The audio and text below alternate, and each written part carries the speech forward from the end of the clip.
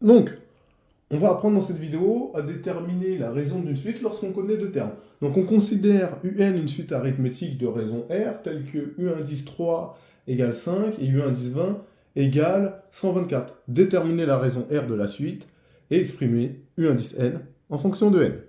Donc on rappelle que si on a une suite arithmétique, alors pour tout réel N et pour tout entier N, pardon, et pour tout entier P, U indice N égale U indice P plus N moins P fois R, où R est la raison.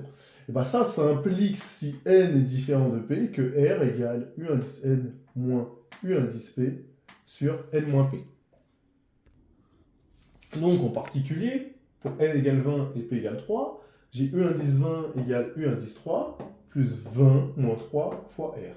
Si je bascule le U indice 3 de l'autre côté, c'est-à-dire je vais faire moins U indice 3 de chaque côté, ça me fait U indice 20 moins U indice 3 égale 20 moins 3 fois R. Et là, je vais diviser par 20 moins 3 de chaque côté. Donc j'ai U indice 20 moins U indice 3 égale, sur 20 moins 3 égale R. Bah, je vais juste remplacer par les valeurs. Ah, voilà, simplement remplacer par les valeurs, ça me fait 124 moins 5 sur 17, qui donne la valeur de la raison. Et 124 moins 5 divisé par 17, ça fait 7. Donc la raison vaut 7. Alors oui, j'aurais pu utiliser la formule que j'ai mis au tableau directement.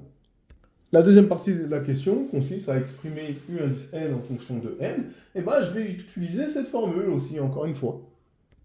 En réutilisant cette formule avec P égale 3, j'ai pour tout N appartenant à grand N, U indice N égale U indice 3 plus N moins 3 fois la raison qui vaut 7.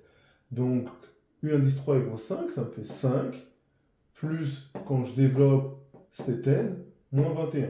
Donc ça va me faire moins 16 plus 7n. Et voilà la forme explicite de ma suite, donc l'expression de n en fonction de n. Voilà pour les suites arithmétiques.